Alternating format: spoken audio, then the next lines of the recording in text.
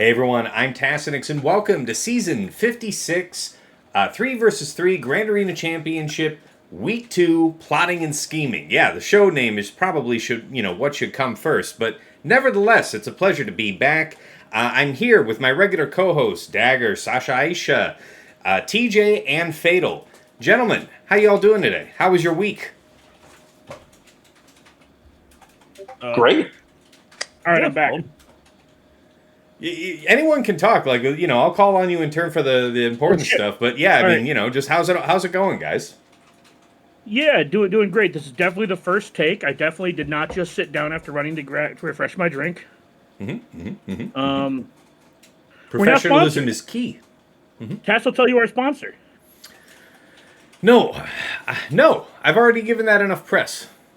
So good week. I actually had two legitimate matches. So like for me, it's just I'm watching like legit battles. Pretty cool. Very fun. Fantastic. I will say fuck Ewoks. I went 2-1, but shouldn't have. Should have been 3-0, but it was okay. Take my lumps, and keep on trucking. We're going to be talking about that one again, aren't we? Is that going to be something you covered later? I can, but it doesn't change it. If you weren't planning on it, I just have to say ultimate dishonor, because we were talking about it when you were scouting for that match, and you were talking big shit about look at this cheeky bastard placing his Ewoks team, and then you get closed out by the Ewoks team. I did because I didn't pick the right team, but that doesn't mean the Ewoks are good. Don't come out and swing that think the Ewoks are going to be anything. As Tass overkilled it, so if we're doing that, then we're talking shit about how Tass has to overkill it. That's right. Hey, but guess who didn't lose to it though? Yeah. I didn't lose to that. I lost to Taro, and I'll take it. Raise your hand. Now raise your hand if your girlfriend didn't tell you they had to work this weekend, and then they went to work, leaving you with like a basketball team's worth of kids, so you didn't play your GAC. Raise your hand. Shameful. How about you, Fatal? How'd you do? So 0-3. 0-3. No, I only went 1 and 2, but the season feels very setup dependent, and I have just not been in a position time wise to be flexible. So I went 1 and 2, but like the reason to lose was basically just like one match in every case that my opponent or the two people that beat me just like held most things. So. Yeah, I don't know. I'm not too fussed about it. It'll be, if I can go 3-0 this week, then I'll still hit my original target for hovering 6 and 3. So, Well, I also went 1-2. I lost both of my real matchups, and then I won my match versus the Erodium. I'm very proud to say I've got like a little badge pinned on my lapel. I won. So there you go.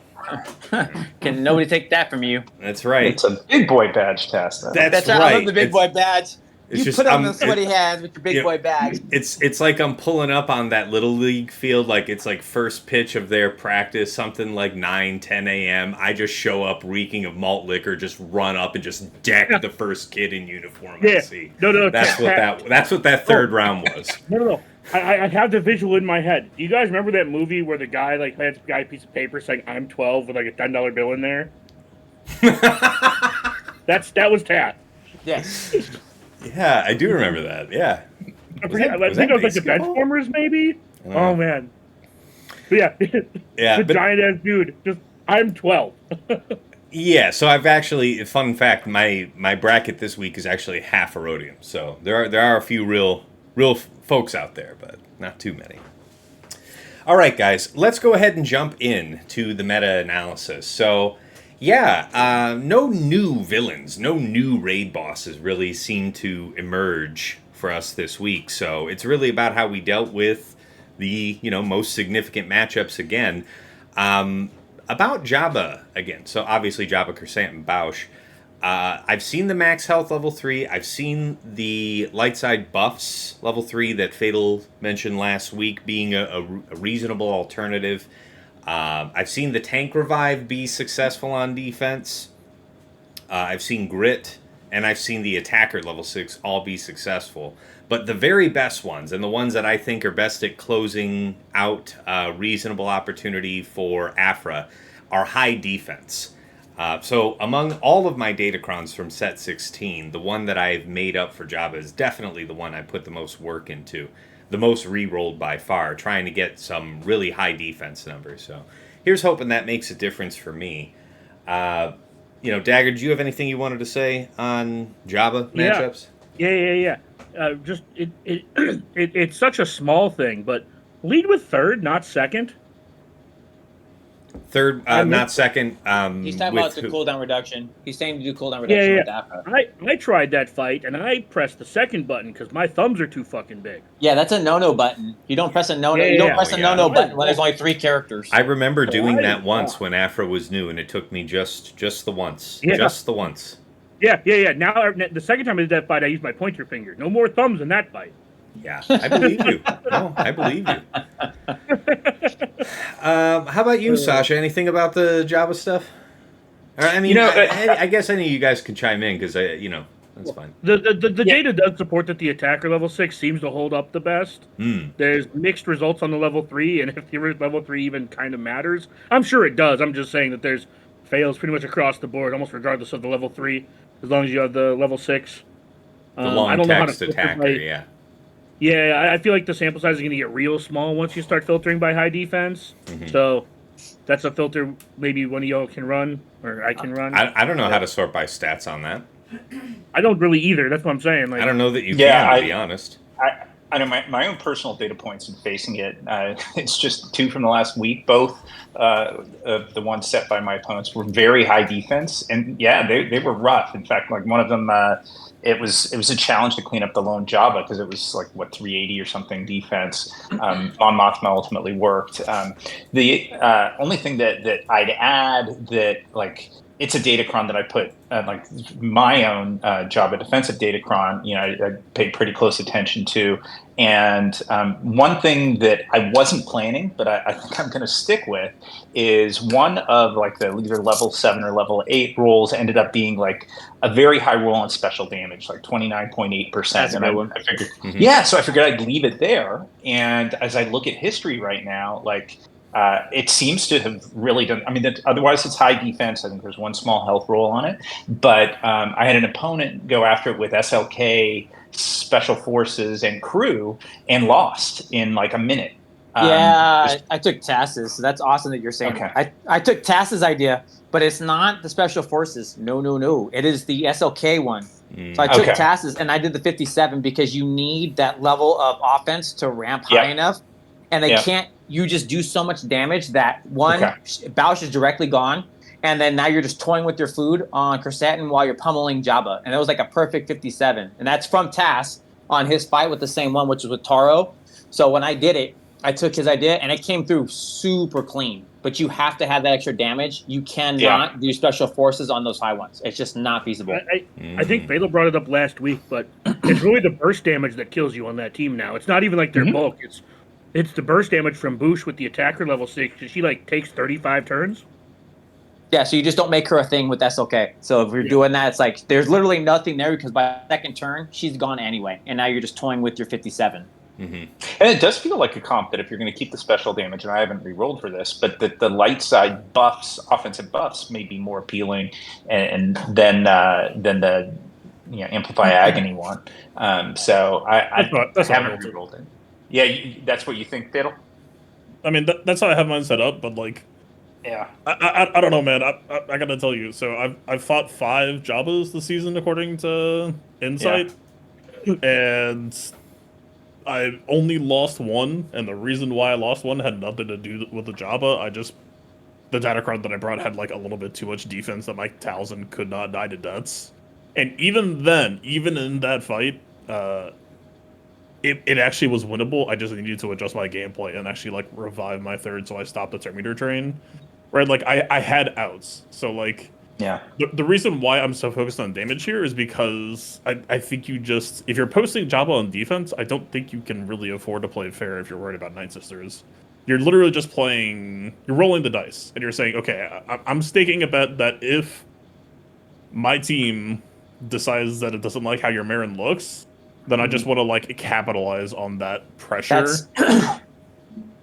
I love that we're talking about it this way because I did it. I'm 2 for 2 on trying this. I'm no Fatal. So let me preface this with this.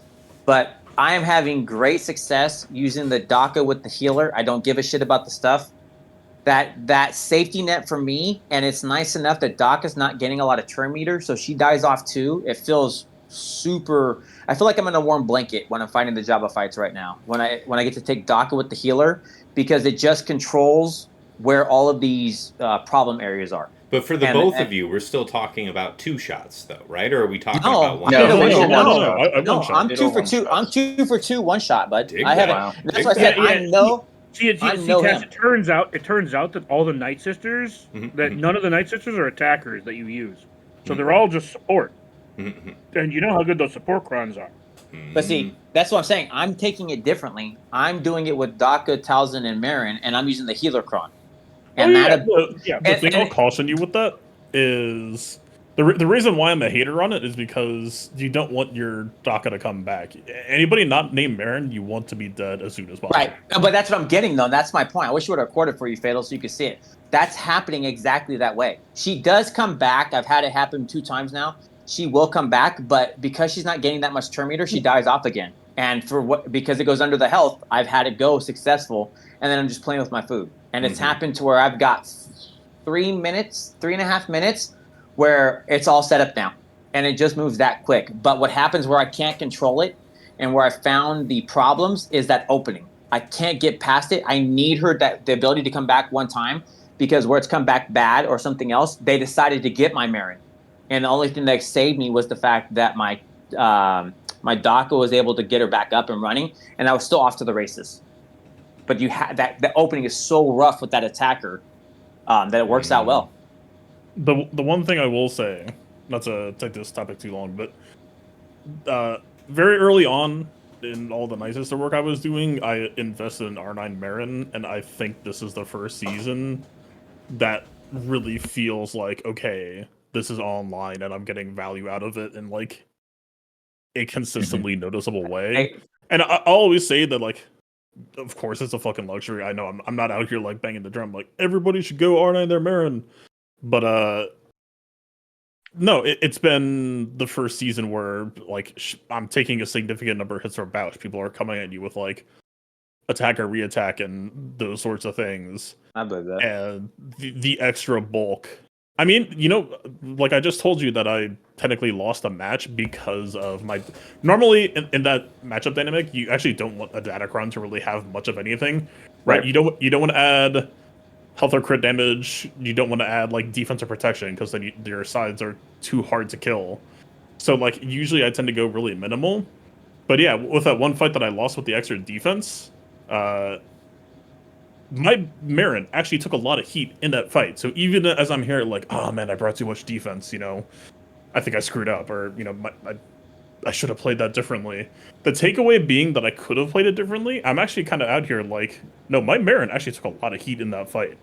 I believe it. And my takeaway, or my learning lesson from that fight wasn't actually that I should ditch the defense. It was actually maybe that I should just learn to try to play around it if possible, to like convert a knockdown drag out where it's harder to lose the sides into a more forcible, like, no, I'm gonna do my best to make you kill me post ult.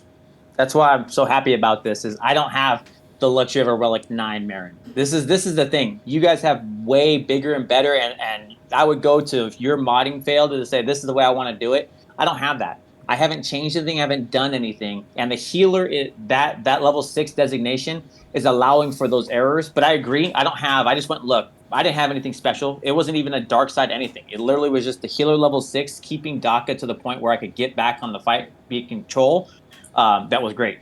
Okay. So that's where I take it. It's like, I don't have Fatal modding. I will never call myself the Night Sister guy. That's a Fatal thing, and I will bow to the greatness that it is, because it's awesome watching when it works. But for me to be a rinky-dink dude with like Relic 7s or whatever, and they die off, and I'm still able to make this work, it has been pretty damn cool. Fair enough. All right. Well, we definitely said our piece there about Java, and I'm definitely going to look that up, studying that Night Sister matchup more. I should take that kind of risk if I could find it. Next team we wanted to talk about was just Leia. So I think, Dagger, you were saying in the pre-show that CG said that they're going to fix that. They're aware of that long text tank bug, making Leia super durable. Yeah, so according to their Trello site, it looks like it's ready to deploy. Okay. So my guess would be they deploy it tomorrow when they put the new Death Trooper in the game. So probably before attack opens. Okay. That would sound about right. Okay. So I think it's worth discussing just in case we have to do like one round of it on attack. Mm-hmm. Right? Like maybe they don't actually deploy it this week. I don't know. Well, so I mean, as far as Slacker, that was of course a charm for getting through it, which is what we talked about last week, using Slacker to make sure.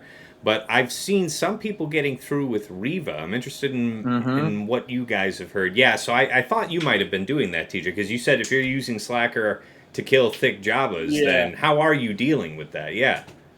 I mean, the premise is just that the sides melt to death mark, and then you auto Riva or you auto Leia and hope that you kill her. You get the immunity on, and then you basically kill Leia. Is what it looks like is happening. It's got less legs on the R2 Drogon, but when you start getting into STH and the other setups, it starts to pick up. And I was going to look for the data on it now, but yeah, it looks like those are the two solid ones. If you're not giving the damage to back it up with the R2, it looks like that's where it starts to hurt you when you're trying to do that. Good to know. Yeah, because it turns out R2 is Leia's lifter. Mm-hmm. True. So the most potent form of that team, assuming that the bug still stands, is still going to be just Leia Drogon R2. It actually hurts. It even hurts SLK. There's chances to fail there, so it actually does the most if you're going to try to penalize anybody trying to do it. Got you. Okay. Anybody else got anything to say about fighting Leia? I'll add just sort of bringing sort of a closed loop to what I mentioned the week before about brutally getting stuck on a Leia with that Tankron. And so even if they fix it, even if it works as intended, it won't repeatedly take tanks back up to 100% protection. But every time they take a turn, they'll still get protection equal to 20% of their health. So don't underestimate how easy it is to clean up a lone Leia. Like, it can still be rough. And the learning that I had off of that, like I had mentioned the week before, I took like 10 legitimate squads because it was a bottom front hard fail that I had, and I used FMK to get it down to just a lone Leia, and I couldn't get through with anything. And I brought Bo-Katan Mandalore, Paz, and a Sabine with a Sabine Cron, and I'm like, this is as much offense as I can generate, with Mandalorians. It ended up not working for me. I couldn't get through. I think the broken Cron probably contributed to that. But what I realized this week was that bringing Sabine, even with her OP Cron, was not the right call. Bringing Grogu, the IG-12, having a basic with an irresistible healing immunity on IG-12 that also calls an assist is fantastic. And so I was able to use BKM, the IG-12, and Paz. So I think for listeners, I would just say, like, even with the Sabine Cron, if you're trying to clean it up and you're using BKM, put IG-12 with Paz and use IG-12's basic consistently, because you're just going to make sure that Leia's not healing. And that worked pretty darn nicely for me. Fair. Another one, too, is smarter person than myself. Bane leads C. Mm-hmm. Yeah, go Bane ahead. leads C versus the Leia. Yeah. Because C's not really like, I mean, God, how long have we been trying to find uses for C and like JML, right? Bane lead C apparently gets it done because you sap her protection. I can see that. Yeah. I mean, that makes sense. Yeah, you just target down Drogon, link R2 and Leia, zap the kill, and then you just make sure that you like siphon off all their shit, and then they just, it's super expensive. I'm just saying it's another option should you be in the market for, something that needs to work. Yeah, fine. Break, if an emergency, break glass kind of thing. Yeah, C lead Bane just seems so much worse these days. When Bane lead is just better than C lead. Probably, certainly. I don't know. I don't know if that's. That feels like it's mostly right. I'm trying to think when it wouldn't be. I mean, I guess it would be worse in 5s than it would be in 3s. So. Well, I'm just trying to, because I'm looking at the same data, and this shows a 0% win rate of Bane lead C versus Leia. No, I'm talking about after the fix. I'm talking about after the fix. Because after. Okay. I'm like looking at 0.0%. So currently, if you link Leia, you can't sap her protection. Right. Because it doesn't work because of the bug. No, I got what you're saying. Okay, it's like Yeah. 0% pre. So everybody be aware. He's talking about Yeah, post. Do not do it pre. Yeah. Do not be pissed at the show for his. As a hold harmless, he meant pre or a post. Don't do pre. I meant if the bug is fixed, this should work. Right. All right. Any final comments there on Leia? No? So, one. Shame on all of us for exploiting the bug on these tank crons. Just shame on all of us. But fix your shit, CG. Yeah. I'm gonna be honest. I'm gonna be honest. I think I should have stayed. In this Datacron set 16 support is like comical enough that like who the fuck does it hurt? Just leave it in. I mean, you're already planning around it, you know, and to Sasha's point earlier, it's not going to get too much weaker. But here's my problem: if you're gonna do this and you were to say to leave it, it's all good right now because we have Super SLK. That goes away with 15, and then if we don't know what's happening with 17, that would be kind of scary. That's my only thing. Is getting crons, and Imperial Remnant is likely getting crons. It's gonna be dope. But I'm just a huge fan of defensive viability, and like there's like the support stuff is so effective on the offensive side. I mean, it's definitely got some meaningful uses on defensive side, but I'd be really happy if the tank stuff stayed because I actually feel like it's kind of healthy for the meta. And this coming from a guy who like a week ago spent 10 of his best teams trying to hammer down one Leia that wouldn't die. So like, I definitely see the downside of it, but I still think it's cool to have. Really quick.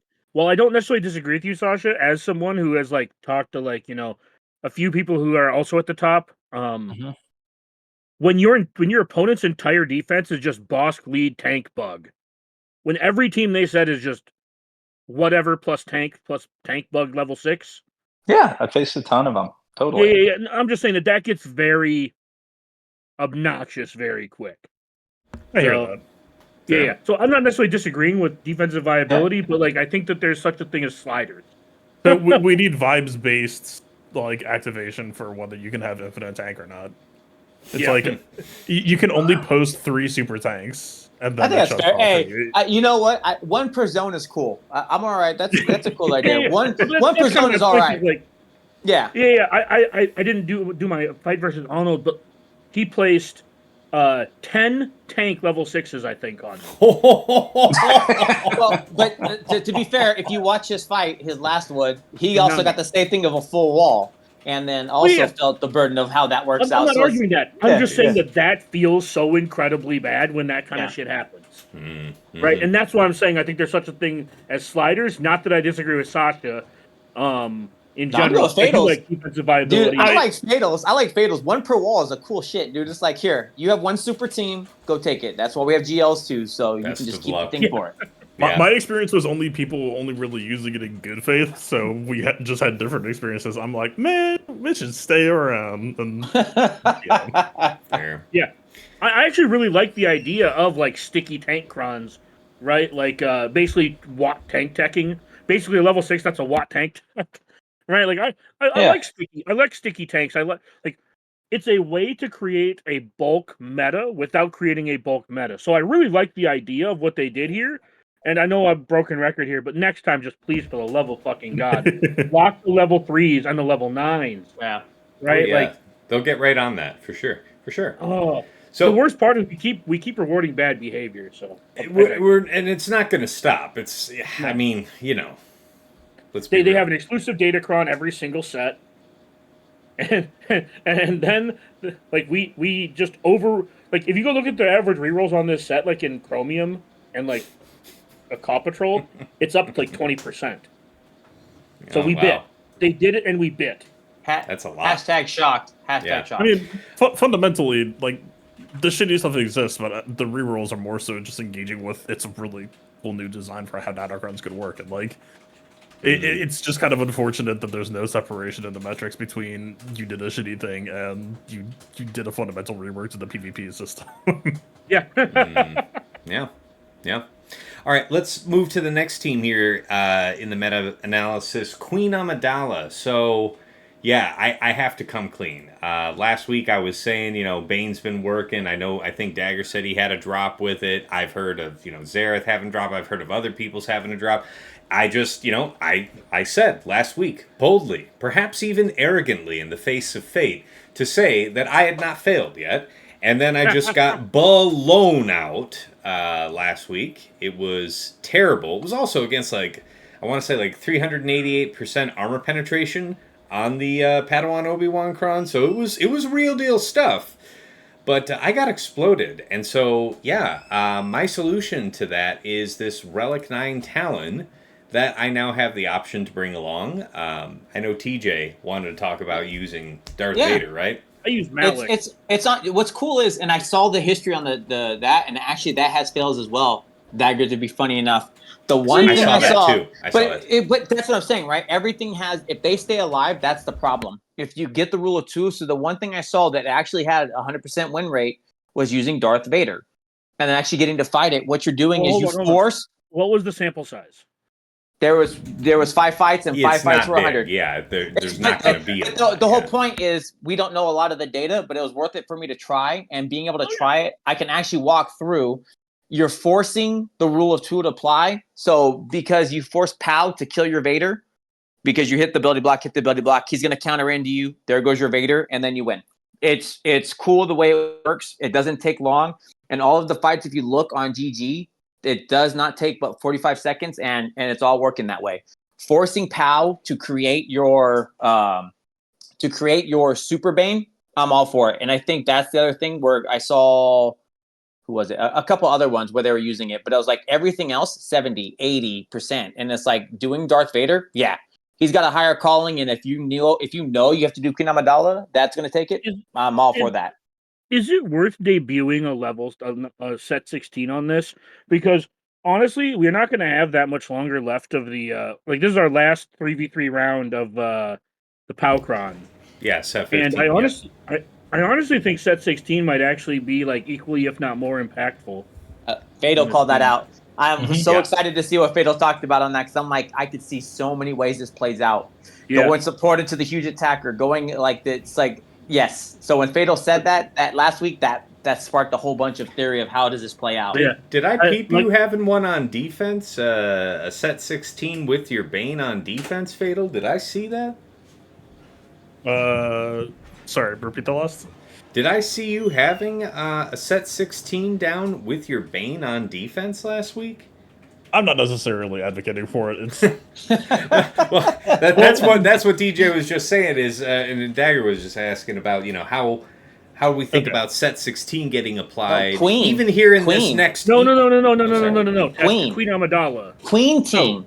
Putting the Queen team in all 15 guys. Bane's going to do Bane things regardless of the Kron season. Never mind. Oh, sorry. No. Fatal talked about Queen. Yeah, he was talking about Queen with the set 16. And that's going to have a lot of impact. And that's that, dude. I'm 100% for it, because that changes your fights. Think about all of that support happening to your POW, and then your POW just deletes the whole team, because it's like, you know what? Fuck you. I don't like your attitude. And it's just to kind of move on a little bit from that, I know Fatal had some stuff to add to this, but I tried that JML counter round one, and I surpassed every metric you gave me when we talked about it last week, and then POW hit me under my protection for 140k true damage. Did you go POW? Yeah, he went kapow. Yeah. Very good. I will say that is one reason on my Queen Amidala, the POW Datacron, and it's not worth going back and changing this for anybody at this point because it's so late in its life. But I went all offense. I have no armor pen. I have 52% offense for a couple of reasons. One, the armor pen does nothing for Master Qui-Gon, who's a special damage dealer. And on top of that, it's just that true damage from the level 9 for every out of turn attack is massive. So it'll wipe. And like I was saying this week, as I look at history, to my surprise, mine held up against a C Bane. Yeah, just booty hole blown out by POW. No, I mean, C Bane, I would say, is an easy hold once Bane Crime went away. No, so there's a couple of things that are happening here. Also, I do kind of want to get some time. I want to go back and re-review the footage because there is some amount of funk, I would say, I noticed. But there's a couple of things happening. A, it is just a health check, like you were asking before the show what improvements I did for this week. Yeah, I'm on a cal for like 70,000 more health. So, that will probably help. But in terms of risk assessment, the one thing that did stand out to me is sorry. There was a couple of moments in my fight, aside from like the whole damage variation, which was kind of bizarre to me. I don't really understand what was happening there. The fact that if you say dodge a hit or like POW doesn't crit, that can cause a jump scare on you. Because the way that my fights are flowing is the majority of the time everyone's chilling at 100%. And like, POW could hit you 10,000 times, you're still going to be chilling at 100%. And then occasionally people are just like exploding on a random hit. And I don't know if it's just like, okay, Amidala somehow created some critical mass of buffs, which I don't think is possible because it's only a 3-turn duration. But yeah, that's basically where it's at right now. Is I week 2 I didn't have a chance to remod. This week I have a remod for it, so I'll be able to like feel the proper. Again, my cal went from like 90,000 health to 160,000 health. That I would imagine that will help. So you're basically saying that the reason why JML basically got like blown up is because POW didn't crit, and then the true damage just like finished him off. Well, so was it JML specifically, or just a JML squad member? No, it was JML who got one shot under his prop. Do you have like a crit avoid or anything like that? Because JML's base crit avoid should be roughly equal to POW's natural crit chance. I did not have one on him. Oh, I just realized POW's only at a plus 50% free. So depending on what the POW's crit chance is, if JML is getting beat up on, it's possible you could get low rolled. Well, technically high rolled. If POW just keeps on not critting you and keeps doing true damage. Because this is the same reason why Flux. Yeah, I did not Flux the entire fight. You made that very clear. We just used basics and second. Yeah, I for whatever reason in my mind, I keep on just assuming that POW always has 100% crit chance for free, like the fucking gas thing. But it's not 100% for free. It's 50% in 3v3.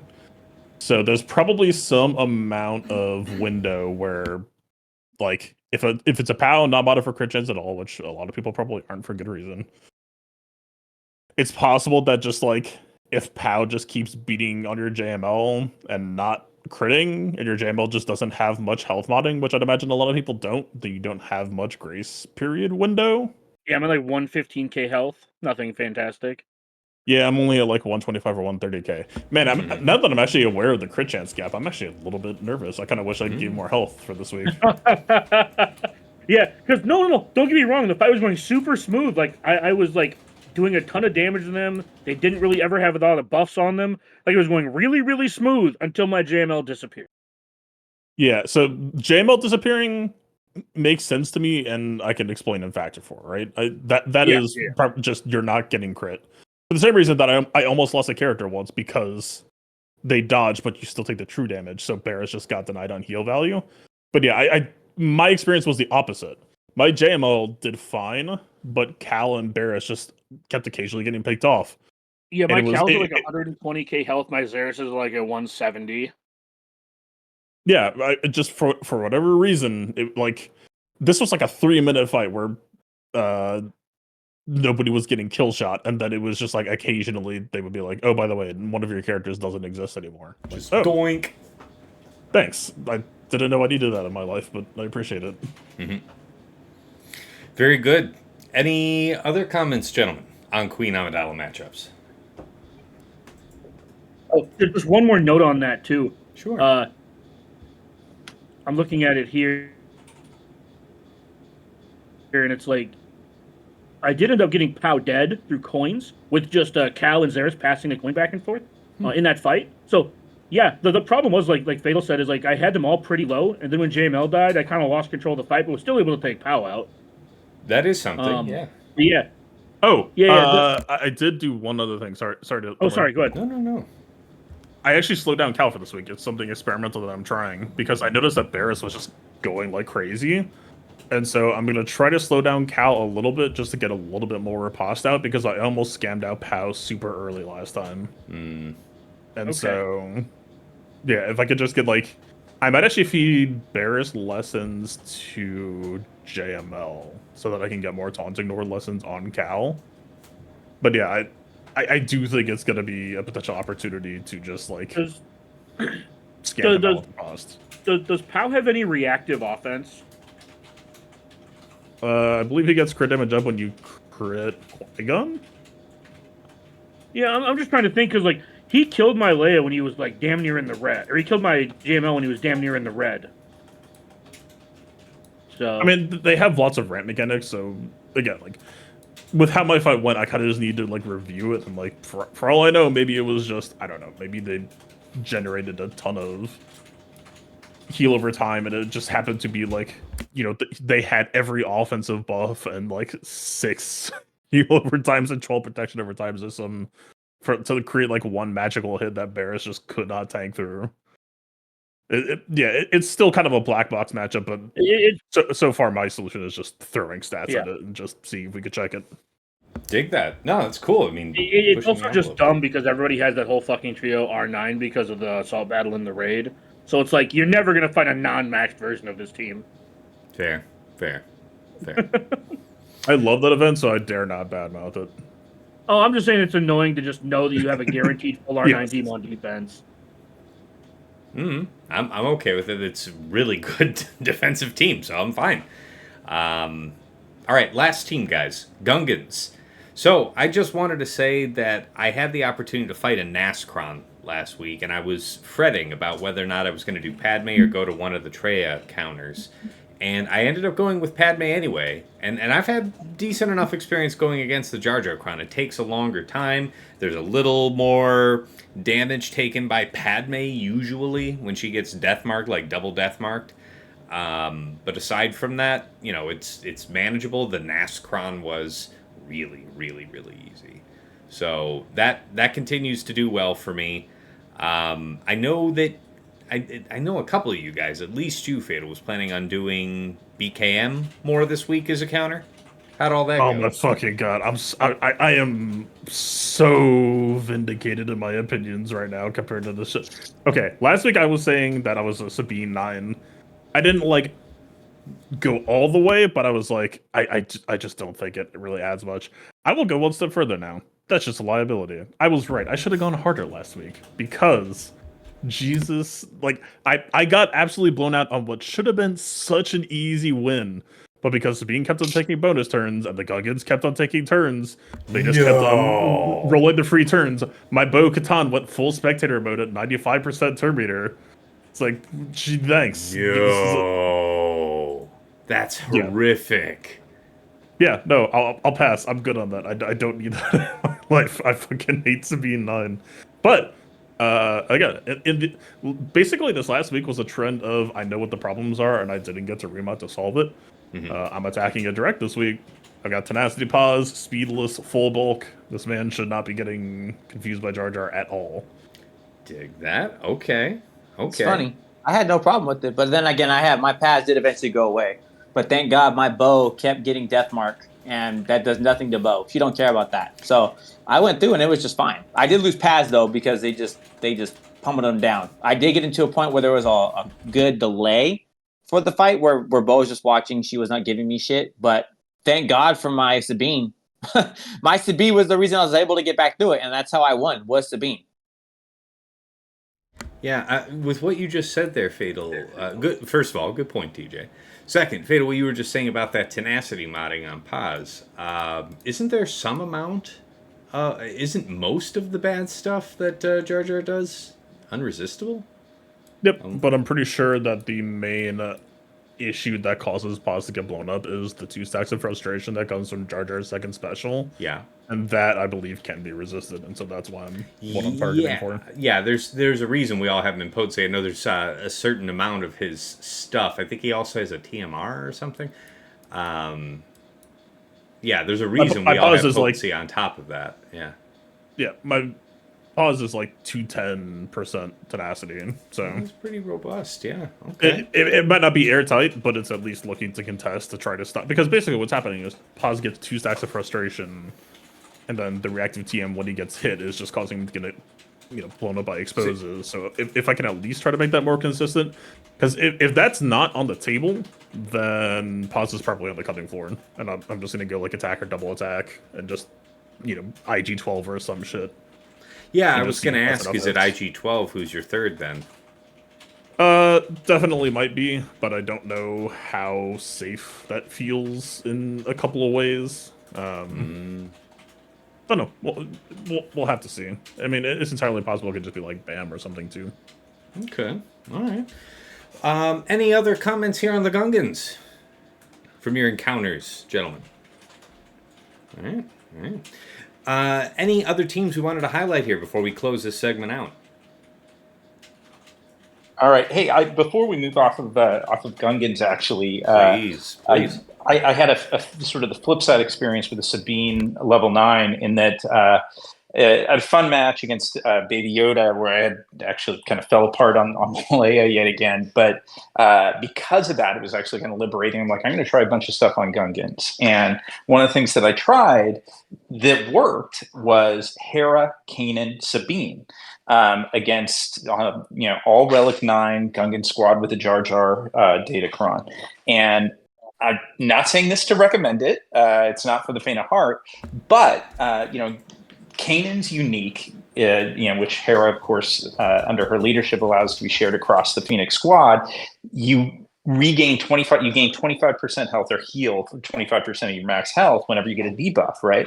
So my squad was going kind of up and down on health a whole bunch, but just enough to be able to sustain it.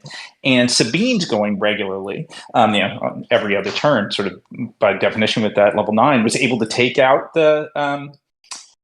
the shield fairly effectively, and it took a little bit, some time to be able to take out the rest of the Gungans, and eventually I lost, I think, Hera and then Kanan, but Sabine made it. So, it's more of a break glass option if it's a fallback for somebody, but to my surprise, it worked. Wow. Also, completely unrelated to Gungans on defense, but since we're talking about Gungans, that shit blows up Jabba. Oh, well, yeah. Sure. Yeah. I believe that. And because we're talking about how solved it is on defense, week 3, it might be a nice curveball to pull it off defense. They'll assume it's in the back, save their counter, and here's your free Jabba counter. It is an idea. It is an idea. That is fair. I can personally say that, like, when I didn't try Bo versus Gungans, because like I had some reactive turn meter like loot me and then I got fucked. I've not had a problem with it in 3s at all. Like, Padme plus garbage, basically. Rhea just mopped it last week. Just absolutely fucking mopped it. They don't have enough damage to kill Traya in 3v3.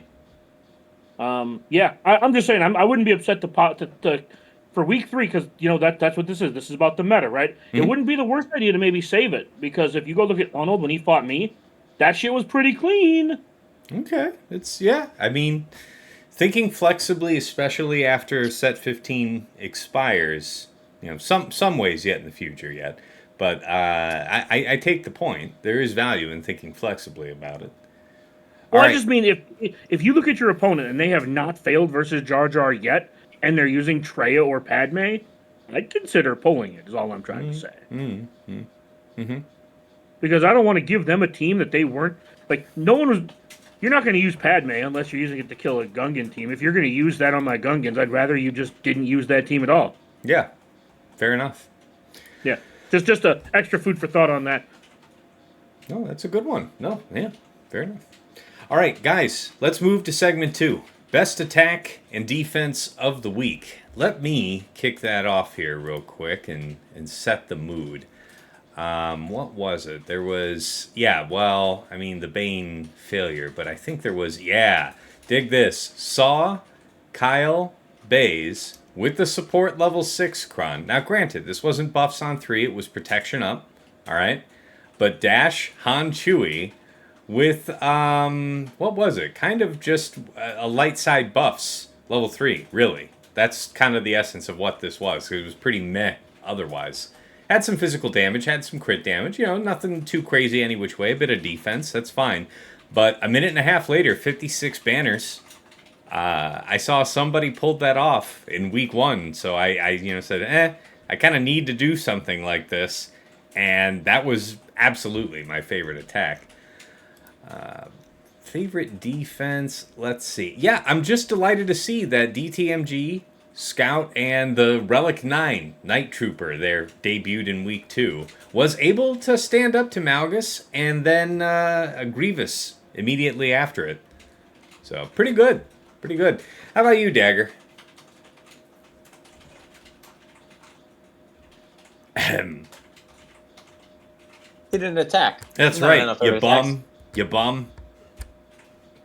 How about a defense, though? Nothing? Nothing? Bueller?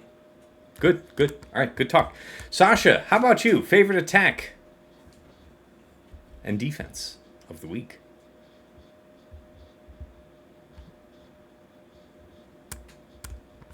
What? Who farted? Did everybody clear out of the room? Damn. All right, so so somehow mine got moved to mute, but can you hear me again? Welcome back, yes. All right, perfect. Yeah, so I already mentioned it, but it was probably my favorite, which is the Phoenix versus Gungans. But what round was that? Let's take a look at the details on that. What's that? What round was that? Let's take a look at the details on that. That is round 2 against Baby Yoda, and that was just it was purely a matter of like a little bit of abusing that Kanan unique heal on debuff, but primarily it's just on the strength of the Sabine level 9 Datacron. And as we talked about last week, and oh, am I looking at week 1? Yeah, that must be it. Yeah, there it is. Yep. Yeah, so I would say that's probably that's the most interesting one. The only other one that would be worth mentioning is I got to face a Mother Talzin, Morgan Elsbeth, like Marin squad, and with the tank level 6, which it does a nice job sort of abusing the strength of. And I brought Iden, range, and I think I had Scout on that. And it's just nice to get a productive use out of Iden. She's so vulnerable on D. These days, even with her Kron. So, yeah, I'd say that's what would have stood out for me. Oh, those are good ones. TJ, how about you? I'll go with favorite attack. There's nothing really fancy about the defense. Jabba did his job, and that's cool. But I'll go to round 3 with Funky, your patron. Yeah. Mm-hmm. And so favorite attack, Funky. Dude.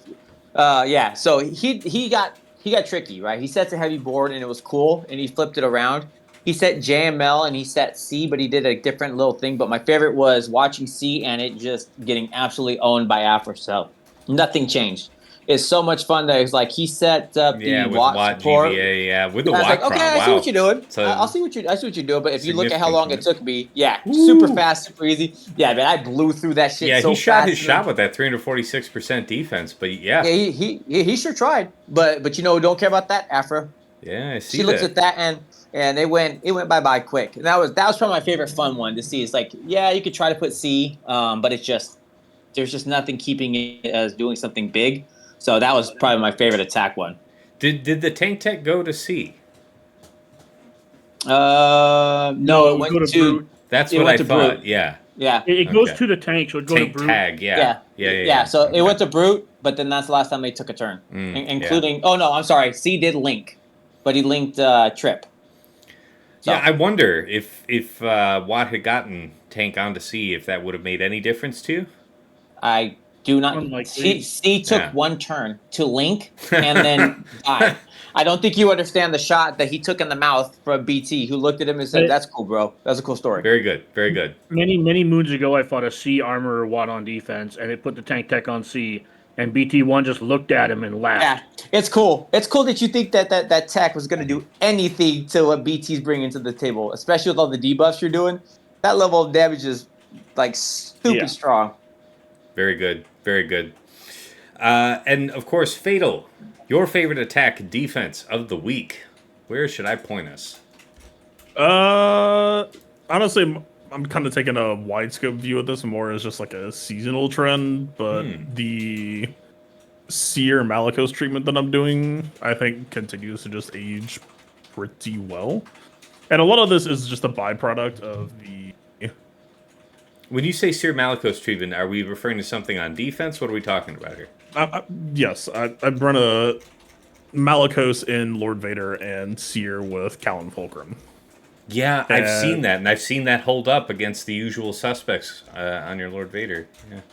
What is it? What's the team now? Lord Vader Maul Malicos. Yeah, see somebody one shot in round 3 with That's Bane, what I but was I've gonna say. seen somebody wipe out on his with with BKM. No, you really need the Bane. That's the only thing I found because I faced somebody who tried something similar where they went Ufu style Malicos, and I was like, yeah, that's too scary to play with because what that leaves is like no. So you just Bane that. Yeah, that's not something you're gonna mess with because you leave that, and what you leave is dangerous. I'm looking at my insight for the season cumulative, and for Seer Lead, she has a 66% hold rate, and for LV Malicos, they have a 56% hold rate. And this is, when you say Seer, you mean Seer Cal Fulcrum as Yes. shown here. Yes. See, Dagger, you were just contemplating like taking decent mods off of your Fulcrum. This might be a That case doesn't- not to. Nope, doesn't change my opinion. We've talked about this. I don't mod things for 3v3. Fine. All right, fine. I was considering taking mods off her for like Night Trooper, who actually may require mods for 5v5. Fulcrum's mods for 5v5 are just I guess we can put some mods on her. But no, I'm glad you're getting use out of her. I mean, I was telling Tass I'm trying R9ing her for a Ahsoka requirement. I mean, you get out of them what you put into them. Even before Malicos came out, Yeah, I gave them like super high investment with like good protection, and I called it Bulcrum. Is just the good amount of I like it. I like it. That's good. So you give the team high sustain, and then you give her infinite crit damage. That starts asking your opponents different questions than they're maybe used to be asking. Yes, I still have horror stories of the one time that ATF deleted my C. I remember that. Yeah, we were all there for the horror story, so I can imagine what yours is doing, Fatal. But that metal crit damage, dude, and it's like she walked in, 2 people walked in, 1 person walked out, and it wasn't C. Oh yeah, no, and like round 1 against Lord Cedric, just to get mine out of the way really quick because like I don't really have an attack. Sure. But yeah, I'm not here to talk shit about any of my opponents because like I didn't really have time to play. But round 1 against Lord Cedric, he tried Night Sisters versus my Finn team, and you can go look at the Kron I put on that team. I don't know what happened there for him. Maybe he like. Yeah, this was a crash? slam dunk for me. This exact counter, yeah. Yeah, that's what I'm saying. Like I don't know what happened there for him. That's Wow, bad. and you didn't Rose even is have like the Kron. captain in. Well, I mean, you didn't have Resistance Hero Finn in there. Well, So, Rose Tenacity up would tech the plague. Yeah. Oh, Tenacity, okay. Yeah, I just wasn't sure what happened there, right? Because that's what I said. That's the only surprising hold that I had. Other than like TJ said, it was mostly just Jabba and Leia. Yeah, that tenacity up, dude, is a pain in the ass, especially on one when you have the Omi and stuff like that. She's fast enough, it just goes tenacity up, and it continues to do that trend because of the TM game. Okay. Fair enough. Dig that. All right. That was the only one I really had. No. Appreciate you sharing that. And Fatal, did you have any attack you wanted to feature? Any cool attack you managed to pull off and really liked? There were like this. I remember this week as being very fun, but there aren't a ton of fights that stayed out to me. It's more so just the mess. Like the week kind of stood out to me because, right, I knew what I needed, but I just didn't have it at lock. So it was just like, okay, well, like match 1, it was like, okay, I know I should holistically I should have SLK for Leia, but I don't. So how do we dig our way out of this?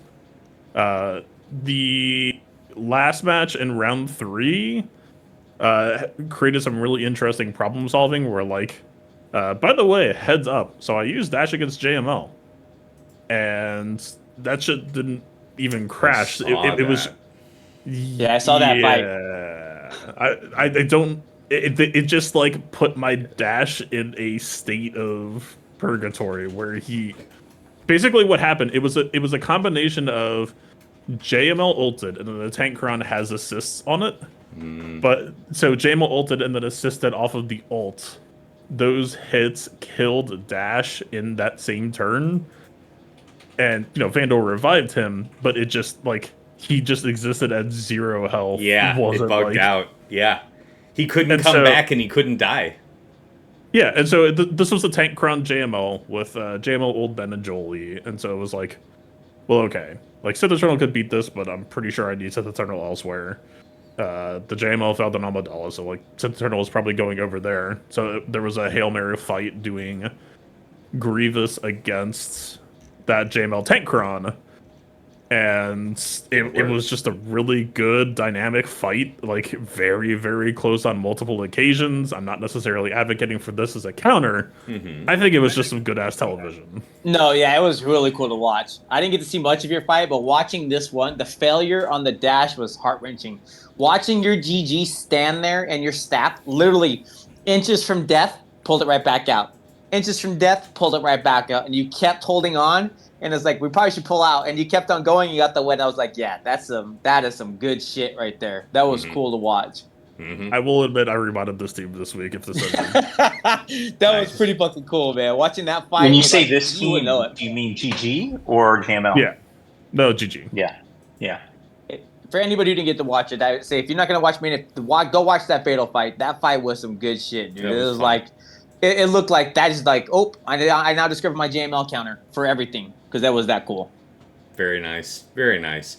Yeah, I had half a mind to set JML on defense last week, and my opponent had to use Ray to clear it. I mean, he kind of 50-50 about Ray on defense, so he decided to keep it that round, and he DM'd me to say that he would not have been able to get through it had he not had Ray reserve. So I've been thinking about that because I found myself needing JML less and less on attack lately. I don't know. But good stuff though, Fatal. I mean, yeah, the attack of the week doesn't always have to be successful. So fair point.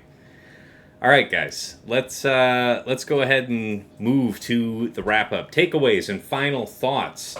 Dagger, kick us off. What do you got for the people? What are you looking forward to trying in this final week of 3v3? I imagine my fights are gonna be a little bit easier considering the 03s. So hopefully I can just play for fun and hopefully get a couple of wins out of it. Try and set myself up right around the top 200-300 for 3v3. God, I'm in the 600s, by the way. It's brutal. Go 03 a week, see what happens. For shame. Yeah, so try and set myself up in a reasonable position for 5, so by the end of 5s I have some really hard match. I don't want to call anybody easy, right? But it's I want to have see if we get some sweaty ones around 3. Mm-hmm. That and we got a new character dropping this week, so I'm gonna have to take a trip to Tasnix's cheap Crystal Emporium and maybe get a remod while I'm there. Very good, very good. Appreciate your final spiteful twist. It was very good. I like it. Sasha Aisha, the full name, all of it. You, sir, your final thoughts, your takeaways, what you're looking forward to applying in week 3. I think just generally, I'm really enthusiastic about sort of the state of the meta. Back to that point of defensive viability, just an abundance of it is really welcome. Because as I look at this week compared to most third weeks of a particular Datacron set or season, we typically go through that first week. There's just this total absence of information. People are flying dark and you get a ton of drops, but people hone in pretty quickly on really solid counters. I'd say there still are more drops in the really competitive matches than you would normally see through 2 weeks.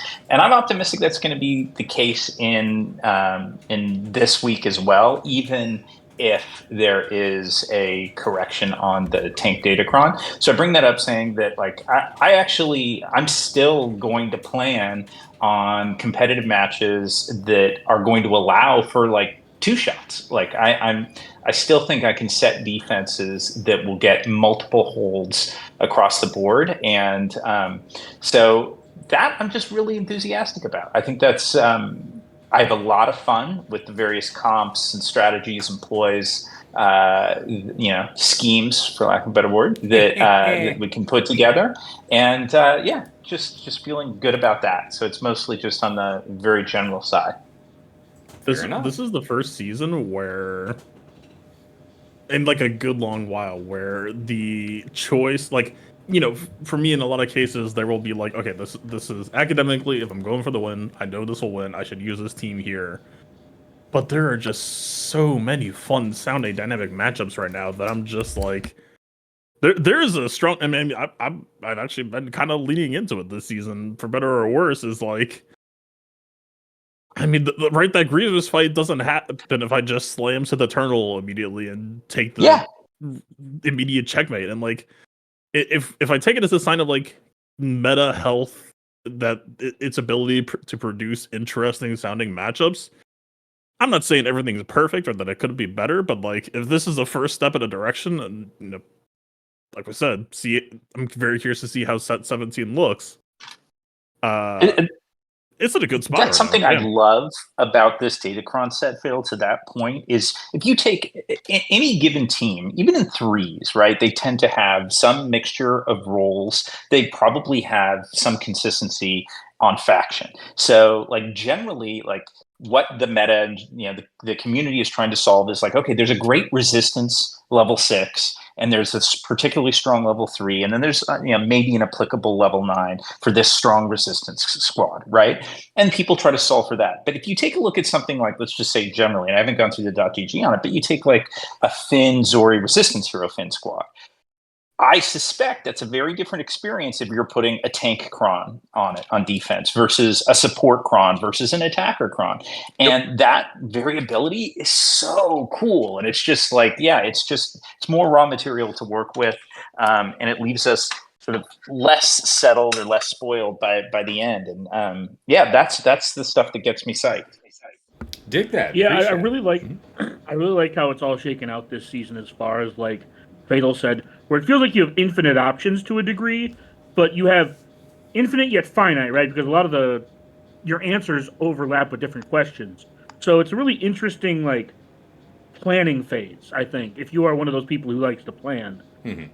So I've really enjoyed that aspect of this season too, is a bunch of stuff works here and a bunch of stuff works here. Okay, well what works? What's the cheapest thing that works here?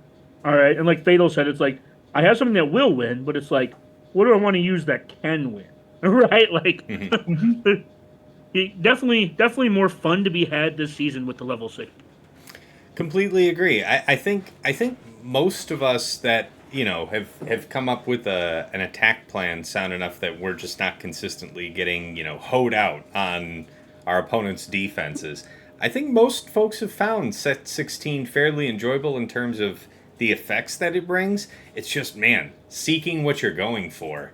The reroll aspect of it has been challenging. Aside from that, though, I echo the rest of you guys. I like what it's done for defense this season. We've been feeling now for the last couple seasons that the pendulum's swinging back the other way towards, more complex, more interesting, more meaningful defense. So, very fair. I am going to call the ball that I think 5v5 is going to be cheesy as shit, but I would love to be wrong. We shall see. Fair. I mean, certainly early on, that's how it usually is, right? People are just not trying to get snagged. So you're probably right, at least for the first round or two of the first week, going like that. I do echo I think we're going to see, at least week 1, a lot of cheese, because the 5v5 teams are really going to leverage these level 6s a lot harder, in my opinion. Right? Like, how much better is Cal with a support cron in 5s than he is in 3s, right? Mm-hmm. That kind of thing. And it's like, I also do agree with you with 2 tests. It's nice because TJ and Sasha both, we all commiserated about the efficiency meta like 6 months ago. And, to quote Chris Brown, look at me now.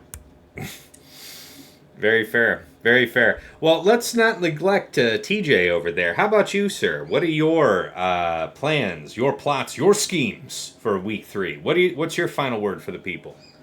I think you called it out pretty good, Tess, and what I'm going to look at is there are some teams that I'm feeling like less necessary, or they're killing less things that I think will hold more weight on defense. So I'm looking for like as Dave Chappelle put it, the gotcha bitch. The onesie twosie here, I think, is what I'm looking for.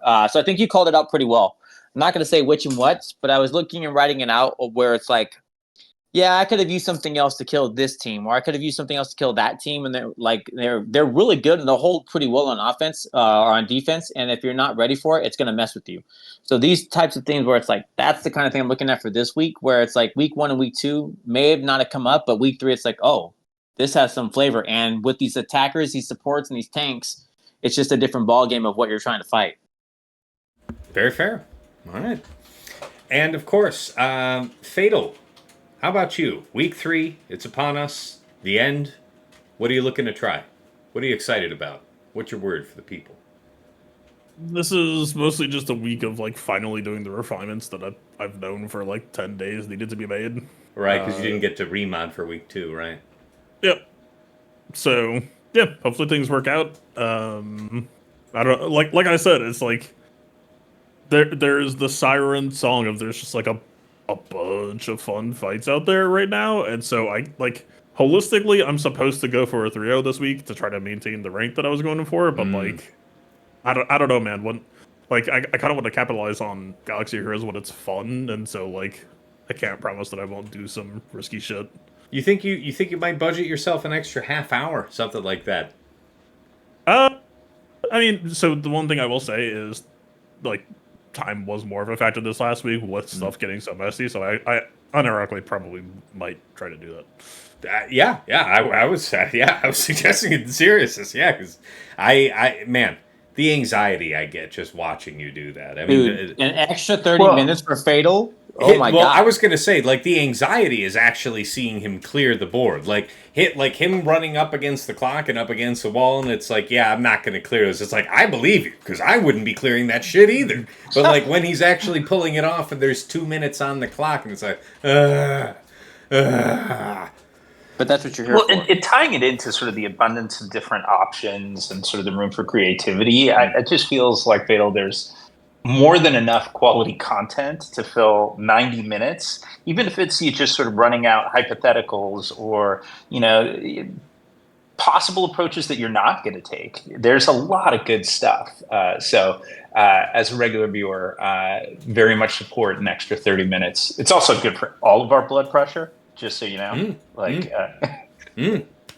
Very fair. I'll go live 30 minutes earlier, but it will just be the starting stream for 30 minutes. So yeah, you could just give it the same treatment I do. It's like first 30, 40 minutes of it's just you talking. Yeah, fantastic.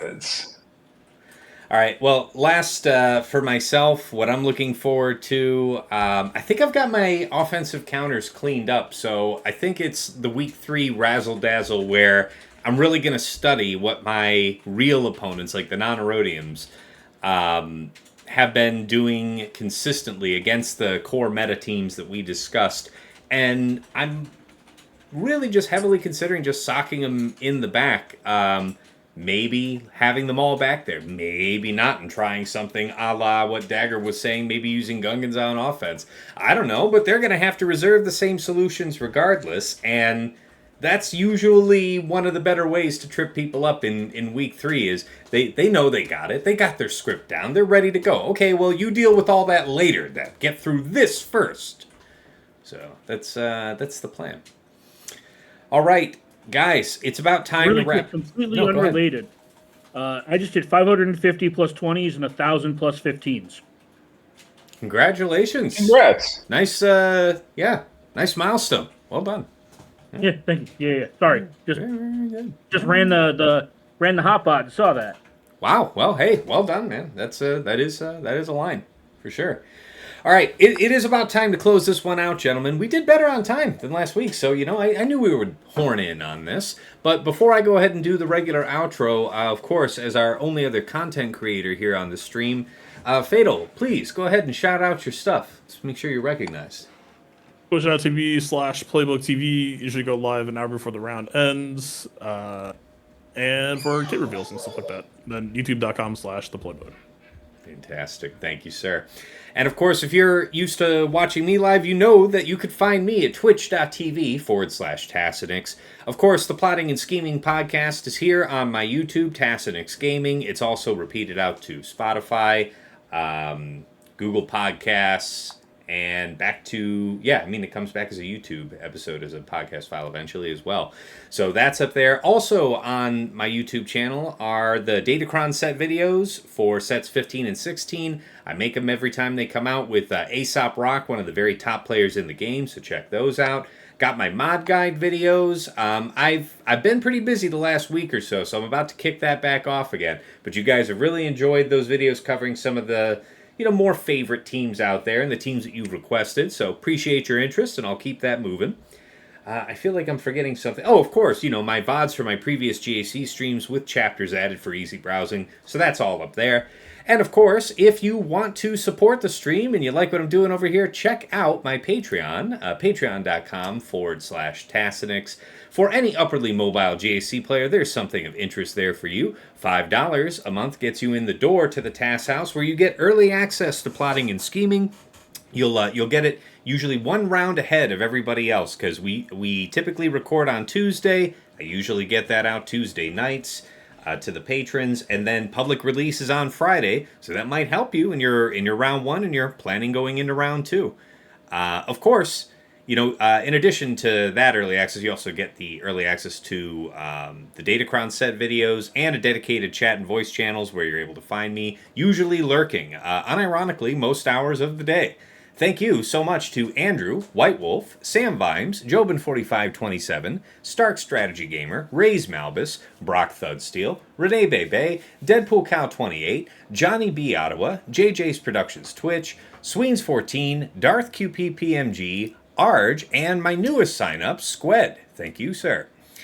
Of course, at the next level up, at VIP Access Plus, that is the bundle with OmegaBot Patreon. So if you like that detailed scouting report I do on my opponents at the start of the stream, that is a patron level feature where you can pull greater than the last 2 weeks of data, build a custom report, get a detailed understanding at a glance of what your opponent's about, offensively or defensively. Love that tool. Thank you to Stryker and Desh Sotnikam for taking that offer. And at VIP Access Premium, that is the double bot bundle that includes Hot Utils Patreon as well. So, that is the premier tool for mass loadout management, mass mod management, switching with a couple clicks between Grand Arena, Raid, TB.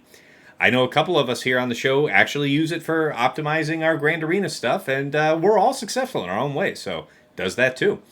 Thank you so much to Quig, Ibenex, Sir Boss, Trevor Boy Gaming, Funky, and Focus. And at the top of the list, Ingesters Club Elite, Nomad's Reaper, a man who really needs no introduction, but he'll pop in to the stream from time to time, drop hundreds of subs, thousands of biddies. Appreciate the very generous support over the years, my man. Thank you so much. And of course, last but never least, our special thanks first to Yoda Force, one of my original supporters way back in the day, got me the mic I'm speaking to you on right now. He has long since quit the game, but we remember him fondly from the other side. To Mrs. T, my wife, thank you for juggling our daughter here in the background who got home from school today and has been really, really wanting Dad's attention. So I appreciate you running interference here while we are trying to record the show. Appreciate it. And of course, to my co-hosts, Dagger, TJ, Sasha Aisha, and Fatal. Appreciate you guys making the time on a weekly basis to make our show. It just keeps getting better. It's like cooking that long, slow sauce, that grandma starts on Saturday morning, and then it's ready Sunday night kind of thing. It just keeps developing that flavor. So really appreciate you guys for making it all come together. All right, coming back on over to the main scene. This is it. Get ready. This is your final flight on this season, and then we're getting ready for 5 vs 5. So we'll have another video next week covering week 3, and then we'll have our preview season video after that, the following week for the season 5v5. But the preview. But until next time, it's been real. It's been awesome. It's been real awesome. Take care.